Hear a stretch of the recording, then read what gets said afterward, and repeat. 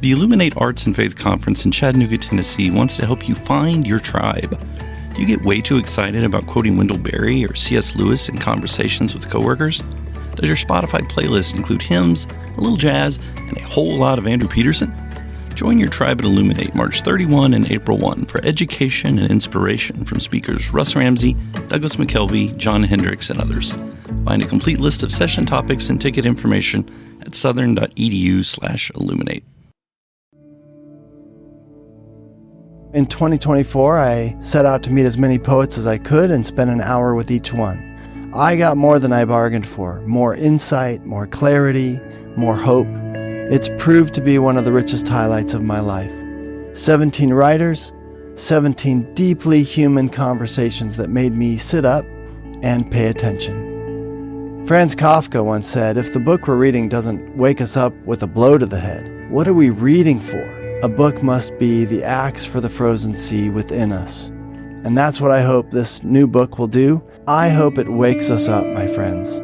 I hope these conversations will be the catalyst for something to be reawakened, re-enchanted, and reinvigorated. It's called An Axe for the Frozen Sea, Conversations with Poets About What Matters Most. I'm Ben Palpin, and I hope you'll come and listen in as I spend a little time with poets like Lucy Shaw, Malcolm Guite, Dana Gioia, and Lee Young Lee. Pull up a chair at the table as we dig into what it means to write well and to live well. An Axe for the Frozen Sea is now available from Rabbit Room Press. Visit the store at rabbitroom.com, or better yet, ask about it at your favorite bookseller.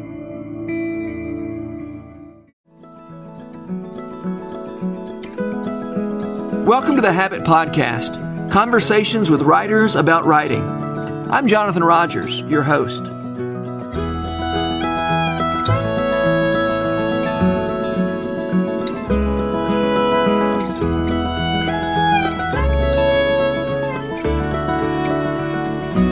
Mary Laura Philpott is an essayist, a humorist, a cartoonist, and a television host.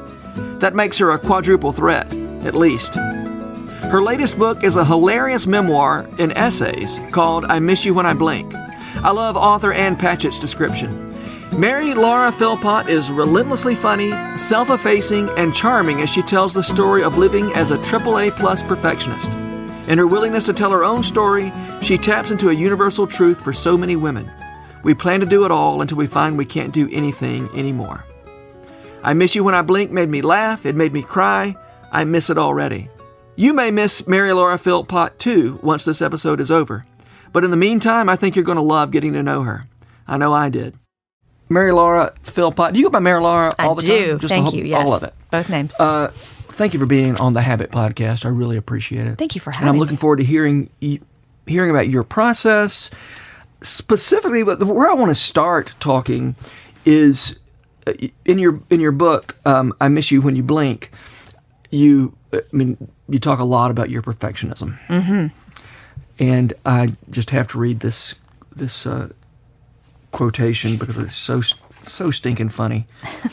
If success came in a snortable form, I'd sniff it up each nostril and rub the residue on my gums.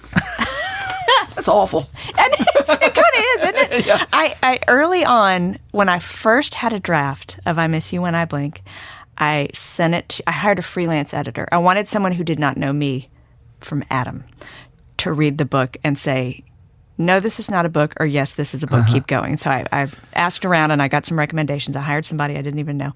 And one of her many wonderful pieces of feedback was on that line. And she said, ooh, drug imagery, too harsh? I was like, nope, I'm keeping that one. It is a little bit of an attention getter, but I'm going to keep it. It got my attention.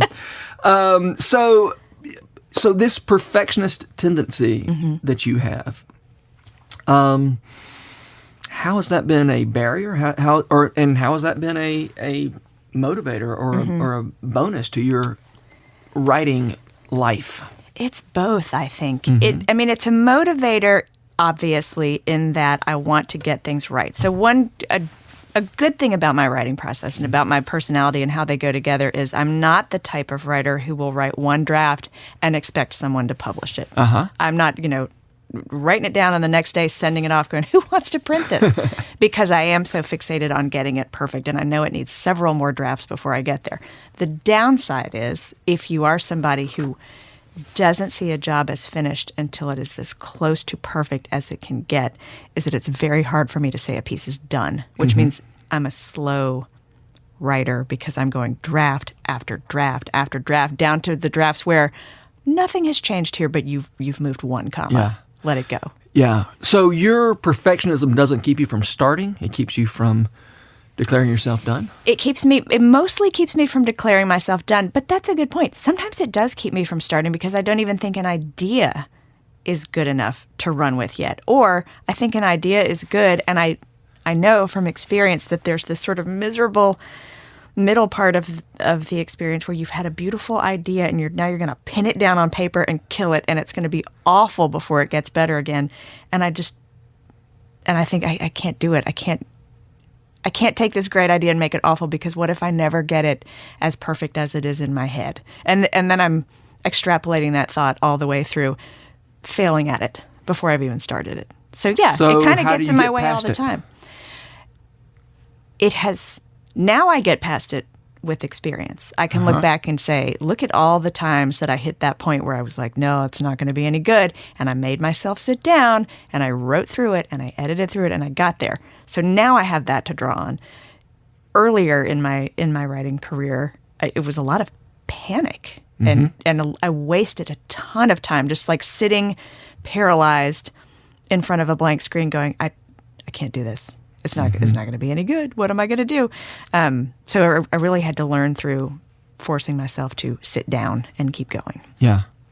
I have about one perfectionist bone in my body. I envy you. That's wonderful. Yeah. Well, I think my wife would appreciate if I was a little bit more of a perfectionist in most areas of life. But the one place it ever presents itself is in writing. You know, I think that's pretty common that people's perfectionist tendencies sort of metastasize in the writing process. Mm-hmm. Where does it get you? Like where does mostly it not you? Starting. Okay. Like, you know, if I sit here, you know, this sentence isn't. I mean, it kind of happens sentence by sentence sometimes. It varies, but sometimes it's like, if this sentence isn't perfect, I'm not going to write this thing down. Yeah. And in my teaching, I'm always telling people, you know, commit to the bad first draft. Right. You know, you got all this. You know what to tell yourself. Yeah, right. It's what you tell everyone else. That's right. Yeah. And then eventually I just sort of reach a point where I'm like, well, like you said, I've been through this process enough that I know how it works, and so I then have to say, is this perfectionism? Is it procrastination? Right. But you know, of course, perfectionism is also a form of procrastination, or can be. It is. Perfectionism is also a form of fear. It's you fear what happens if it's not perfect, and you fear that if you're not perfect. I mean, we're about to veer really deep, but one of the things I write about in this book is believing that I have to prove my perfection in every possible way to prove my right to exist and to earn love and to earn the oxygen that I breathe. And so when you apply that to your work and you fear, okay, but if I sit down and write this and it's not perfect, it's a much bigger fear than just about writing. Yeah. You know what I mean? Writing problems are almost never just writing problems, right? Exactly. I mean, sometimes if you don't know where to put a comma, that's just a writing problem. Right. But that's not what people are really. That's not what really is holding people up. Judging from some of the comments I've seen. Right. Does this perfectionism play itself out? Are you a punctuation bully? When you see bad punctuation in other people's work? I'm not a bully because I've learned people don't enjoy that. But yes, I do notice. A lot of people don't like to be bullied. That's been my experience. People don't like it when you correct their grammar. But yes, I do notice. Indeed. Okay. I don't think of perfectionists as being funny, but you're funny. Your writing's funny. Thank you for saying so. Do you see any disconnect between being a perfectionist and writing funny? I don't necessarily see a disconnect. I think in my particular case, those are just two of the flavors in my personality that happen to coexist. The perfectionism started early, started when I was a little kid. My first academic experiences stoked that, and then I sort of saw a pattern happen where I succeeded at something, and I perceived that I got love for that, and I was like, got it, nailed it, cracked the code, I'm going to always get everything right. And then the humor probably came about in part from who raised me. My mother is hysterically funny. What the phrase you had when she came into a room that was a mess? She said, "This looks like the ass end of destruction." This is the ass end of destruction in here. Where does that even come from? But it's perfect, and it's not just perfect in that it's sort of nonsense yet it makes sense, but just the rhythm of it is perfect. Yeah. The ass end of destruction. Is she a Southerner? Oh yes, yeah. She grew up in Alabama. So I inherited a good sense of humor, and I was around it all the time. And I think humor is one of those things that you have to marinate in to develop it yourself. But humor can also be a deflection mechanism and a coping mechanism. And when something is too hard or difficult to face head on, I am the type of person who cracks a joke about it. I'm all about the inappropriate joke. And so in kind of a way, it goes hand in hand, because if perfectionism is fear that things will go wrong and therefore your very existence is called into question, that's a really dark thing to look right at. So here, let's crack a joke instead. Yeah. So somehow they're all tied together. I guess the one reason it feels so you address this. One reason it feels the two things feel like they don't go together, perfectionism and humor, is my understanding of perfectionists from the outside is that they take the world just a little too seriously, right? That they take the world as seriously as the world expects you to take it. And the world says you need to make an A, and you say, okay, I'll do that. Whereas humor requires that we have a little bit of ironic distance from the things of the world. Yeah. Am I wrong about that? You're not totally wrong. I see what you're saying, and I do know some perfectionists who are definitely the take things too seriously type, and I probably sweat details more than I should. So that's a taking things too seriously kind of thing. But perfectionism and comedy are also both about getting approval, which I think all human beings want. But I certainly do. I write about wanting the approval of other people, and good comedy writing is so difficult, so extremely difficult. I know comedians who are very type A, and they work those jokes 100 ways to Sunday until they get the perfect timing and the perfect word, and then they've got to work on how they deliver it so that the laugh hits just right. I think they can go hand in hand. Yeah, no, you're now that you put it that way, I think that's right. Yeah. And I mean, if you see Seinfeld talk about how he puts together a joke, it's science, man. Yeah, it's really detailed. There's an essay in this book called "The Joy of Quitting," where I write about the short period of time in which I wrote for the Us Weekly Fashion Police, which is that section at the back of the magazine that everyone reads when they're getting their toes done at the pedicure place, with captions making fun of celebrities' outfits. And I quit that job for a variety of reasons, one of which was that I just couldn't stomach making fun of people anymore. Yeah. I had too much, I think I was having too much empathy for the people I was supposed to be making fun of.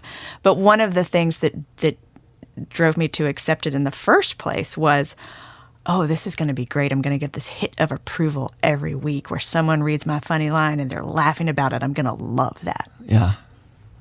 People that you didn't know. Right. You Strangers everywhere in the grocery store checkout line are going to laugh at what I say. Isn't that I was talking about this earlier today with some other podcast guest. The idea of needing approval from people you don't know is really an odd thing. It is weird. Human beings are weird. Isn't that funny that we want that? I can't even see the people in the grocery store checkout line. Why do I care what they're thinking? But the idea, somewhere in my mind is this idea that, yes, if I get their approval, I will feel better. But I won't. I won't even know. Yeah. It's wacky. But on social media, you get to at least see the little thumbs up. That's right. You get to see how many retweets from you people get. you don't know. Yeah, yeah. That's the danger of social media. That's that Isn't addiction right there, man. Yeah, yeah. Okay, can you talk to me about the title of your book is "I Miss You When I Blink," a phrase that your 6-year-old came up with. Yes. Why is that the title of your book? I love that phrase so much. I think I would have used it for something. I would have named a dog, "I miss you when I blink." I would have named a television show, "I miss you when I blink." He said that, just to give background for listeners who haven't read it. He's big now, so he's taller than me, and he talks like Darth Vader. But when he was little, he was 6 years old. He was sitting on the floor of my office, which was really my basement, but that's where I did my freelance writing work. And I was hurrying through writing something, trying to hit a deadline, and I needed him to stay occupied. So I handed him a notepad, and I said, "Okay, you do your writing, and I'm going to do my writing. And when we're both finished, we can go to the park. So here." And I could hear him over there talking to himself and doing his little rhyme on the paper. And as he was rhyming words that ended in ink, he said a line, "I miss you when I blink." And it stopped me in my tracks with what I couldn't pay attention to whatever. I think I was writing a brochure about suitcases or something. But I stopped and I said, "Wait, what did you say?" And he said, "I miss you when I blink." And at first I just thought, that is the cutest thing I've ever heard. So I took when we left the office, I took his little piece of paper and I tacked it up on the wall. And I passed that piece of paper every day for months and years as I would walk down to go to work. And because that little prompt was with me every day over a course of years as I was going through some of the things that I write about in this book, which include sort of coming to terms with the fact that the daily existence I was living in terms of work and friendships and where I lived and the ways I chose to spend my time, that wasn't an existence I was happy in anymore. I was also really starting to feel the acceleration of time. The kids were getting bigger. I was feeling like my own time was starting to slip away. I could feel that hourglass sand going. So the "when I blink" part sort of came to mean how fast time was going. And the "I miss you" part came to stand for, in my brain, I miss not just who I was, but who I intended to be. I started out on adulthood going, all right, I know what I'm going to do. I'm going to marry this great guy that I found, and we are going to have 2 kids, and we're going to live in a house that has a yard, and we're going to send them to a good school, and I'm going to do this work. And I did all the things I set out to do, but I was still not happy. And so there was this sense in my mind that I was missing something or someone or something about myself. So all the things that I write through in this book, these essays where I'm grappling with all that stuff, match up with what that phrase came to mean for me. Yeah. Plus, it's fun to say. It is. I miss you when I blink. Yeah. It's a good title it had to be a title of something. Yeah, right. If I were a songwriter, I would have made it a song. But I'm not a songwriter. Okay. Right. Well, I love the fact that it was composed by a 6-year-old who may or may not have known what he was talking about. Oh, absolutely. I think there are other lines in this poem he wrote where I miss you in the rink. Okay. Or the skating rink, and I miss you in the sink. That doesn't even scan. It doesn't even make sense. I miss you in the sink. Why are you in the sink? You're 6. You don't fit in the sink. But it's almost like, truth is always trying to tell itself. Yes. And so this little 6-year-old was the conduit that day. And that's the first line, which has been funny. There've been a few people that I've talked to are like, "Oh, so this is a book about parenting?" Like, no, it's not. It's not a book about parenting, but a child gets credit for the title, and so he gets the first line of the book. Yeah, and so I've seen a picture you drew of a lion pulling a wagon full of little lions. Oh yeah, and that stand for the lion's former selves. Yes. Which I think is relevant to the idea of I miss you when you Indeed, blink. yes. Maybe could you connect those dots? Because yes. I have a sense those are connected, but I'm a little vague on how they connect. Yeah, I forgot about that. So a little hobby that I do just to blow off steam is I draw cartoons. Yeah. And I tend to draw cartoons of animals because they're easier to draw than people. Sure. You can use fur to sort of obscure the fact that you don't really know the shape of a giraffe. Yeah. And I drew a lion. I think it's somewhere in my Instagram. It's a lion, and he's dragging a little red wagon with lots of teeny tiny little lions. And if I'm remembering correctly, and I think this has been a year or two, the caption is something like, we're all carrying around all our past selves. Yeah. And all the people we were, or I guess if all the lions we were, all the lions we want to be. It's a lot to carry. But that's, you see on the face of somebody who they are right now, but everybody's got all their past selves in there too. And all the selves they haven't been. Everybody's got their dream selves in there too. Mm-hmm. Does that have any direct bearing on one's creative life? It certainly does for me. It does for me, and that's what I was writing through in this book. Yeah, probably. I imagine it does for everybody, because when you're creating, you're making something visible or audible in front of you out of the ingredients you have in your mind. And in your mind, you're not just who you are in that moment while you're sitting at your drafting table. You're you when you were 6, and you're you when you were 20, and you're you when you were 30, and your imaginary version of you when you're 80. Those are all in there. Yeah. They're all working together on whatever it is you create. My friend Jennifer Trafton talks about the one way to sort of jumpstart the creative process is to think about, what did you love when you were a kid? Yeah. And see what happens. Yep. And I loved alligators when I was little, and I still do. And it's just it's all still there. The little juvenile me liking alligators, it overlaps with the grown man me. That's a great piece of advice.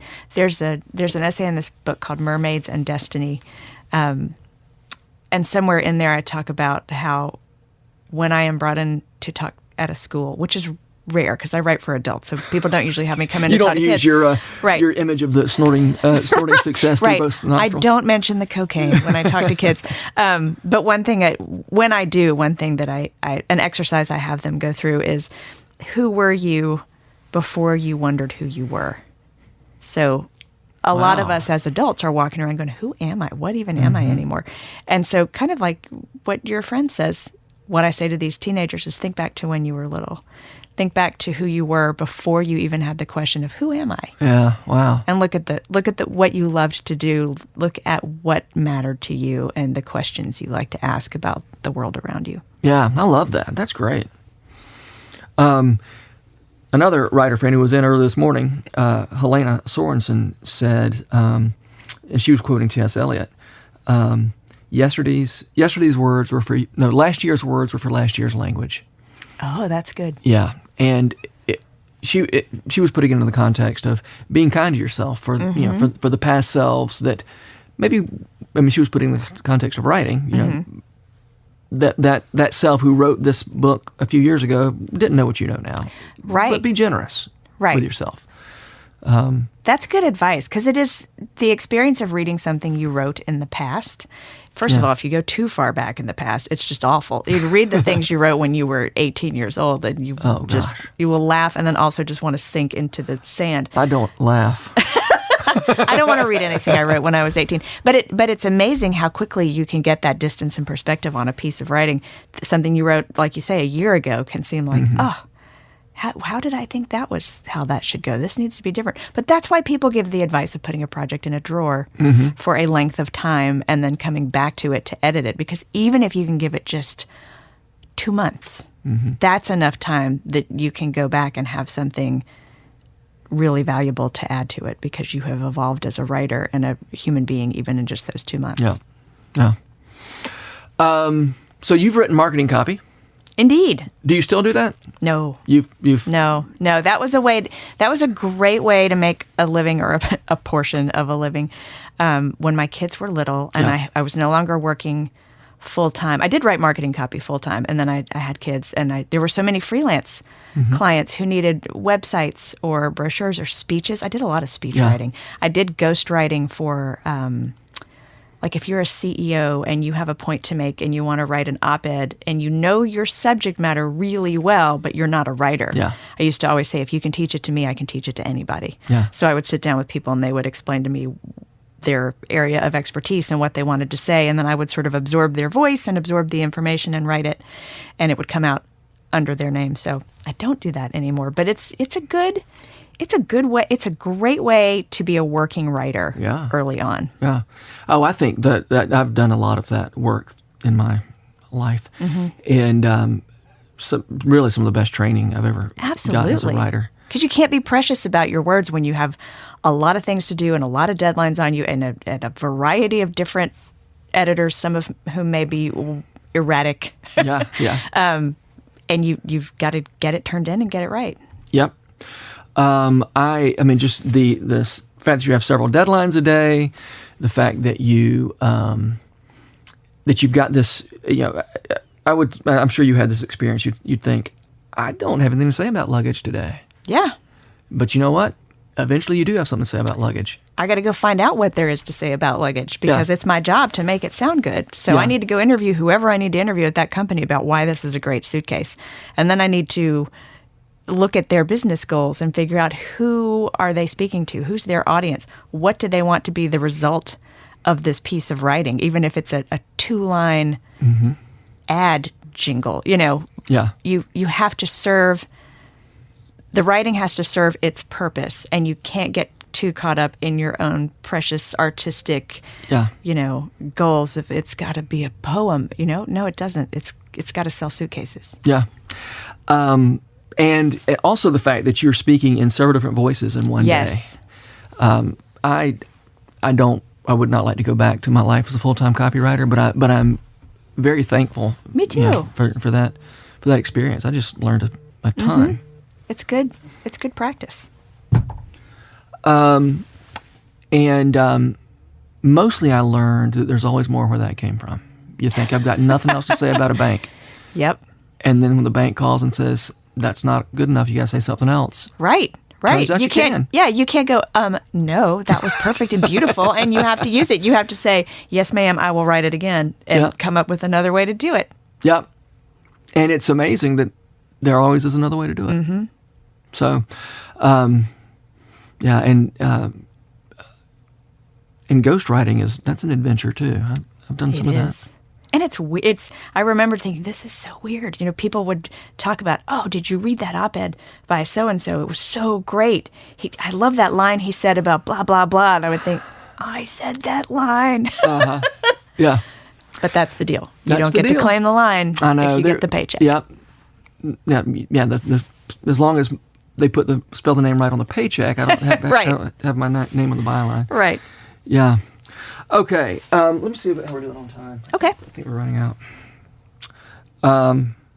Yeah. Let me ask you one last question. Yeah. And it's this: what writers make you want to write? Oh, what a great question. And that's This is not the same thing as who are your favorite writers. So this is a tough question for me to answer, not in that I can't come up with an answer, but I have so many. Being somebody, I'm not looking for excuses, Marilyn. I know. I'm just I going to want tell an you. answer. Working in book selling, I read voraciously. I'll tell you a couple. Actually, I'll tell you a pair. This is a pair. One that made me want to throw my laptop out a window, and one that made me want to get it back out of the bushes and write again. Okay. So when I was completing the final edits on this book, so not my final edits, but the book had sold. I had gotten my editorial letter back from my editor, and she said, these are the changes I need you to make. And I was at that point where I felt like I was just at the bottom of the mental and emotional barrel. I had nothing left to give it, but I had to dig deep and give it something else. Yeah. And it was so draining. Mm-hmm. My agent calls that period of time the pain cave. So I was like deep in the dark of the pain cave. I made the mistake of reading an absolutely gorgeous memoir and essays. So same genre as this book. Similar thematic territory as well, called I Am, I Am, I Am by Maggie O'Farrell. It is so good. So beautifully written that I had to take a week and a half off editing. Really? Because every time I would sit down in front of my words, I would go, why am I doing this? I don't need to put this book in the world. I should just tell everyone to read her book.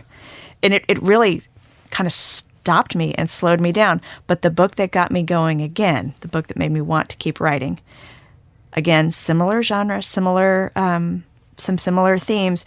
It's called How to Write an Autobiographical Novel by Alexander Chee. It's not really a how-to. It's a memoir about his life, about his many identities as a writer and an activist and a friend and a gay man. And it starts when he's a teenager and it goes through now. And it does have some creative advice in it, but it's mostly autobiographical writing. 2 wonderful books. The first one made me want to throw my laptop out a window.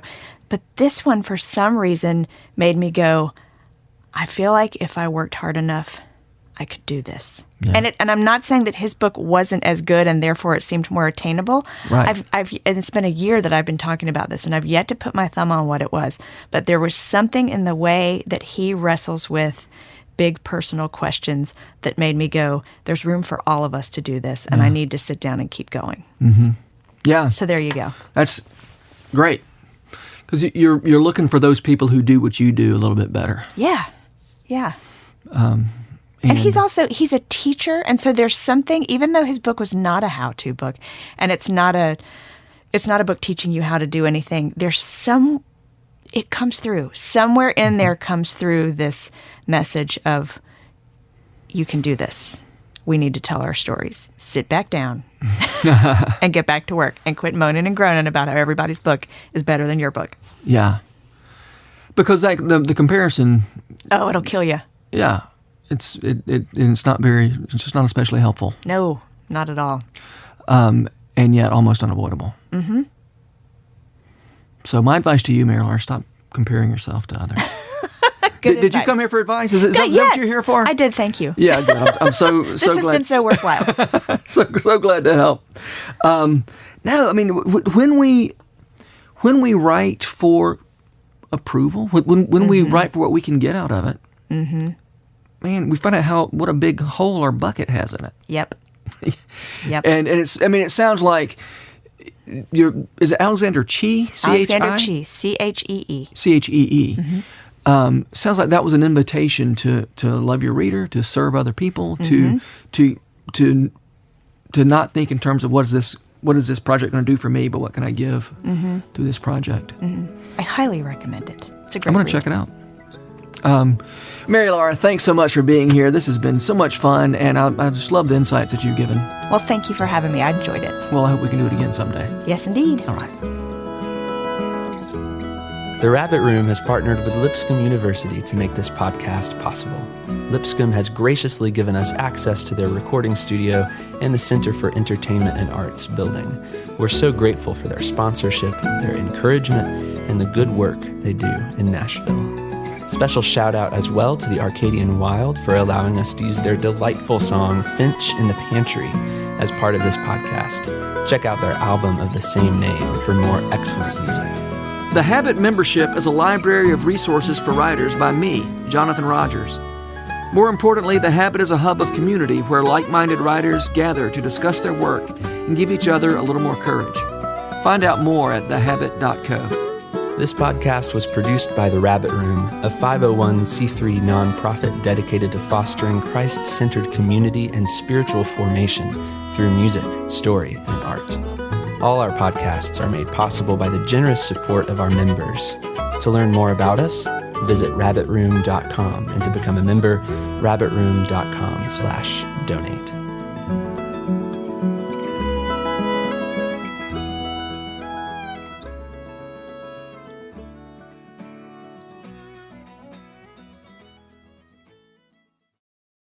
If you've enjoyed this podcast episode, consider joining the Rabbit Room membership. Your membership helps sustain this community, funding everything from publishing and podcasts and theater productions to events and programs that support artists who create with a Christ-centered vision. We'd love to have you on board. Learn more at rabbitroom.com/member.